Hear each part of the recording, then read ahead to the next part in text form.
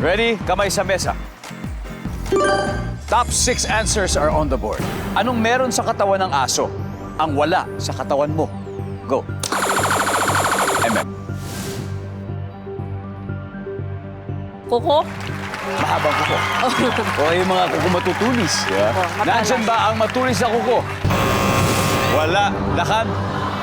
Anong meron sa katawan ng aso ang wala sa katawan mo? Buntot. Buntot!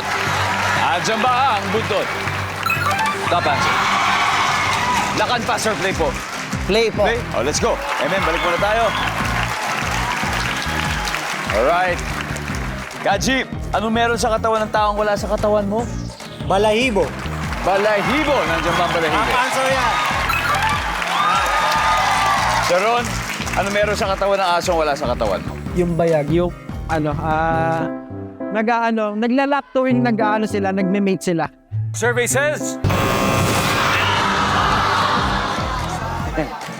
Anong meron sa katawan ng aso ang wala sa katawan mo? Mga pangil? Pangil. Nandiyan ba ang pangil? Lakan, isa pa to.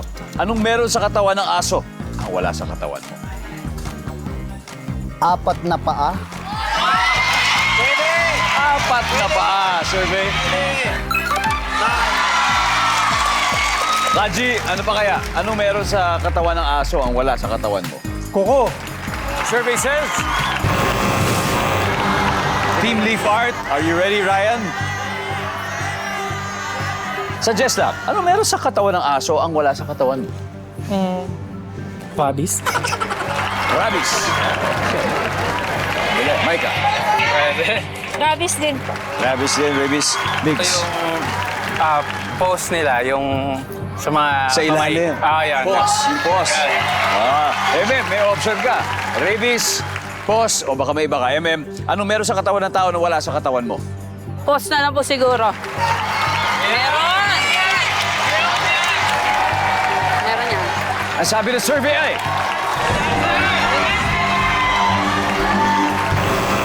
Wala!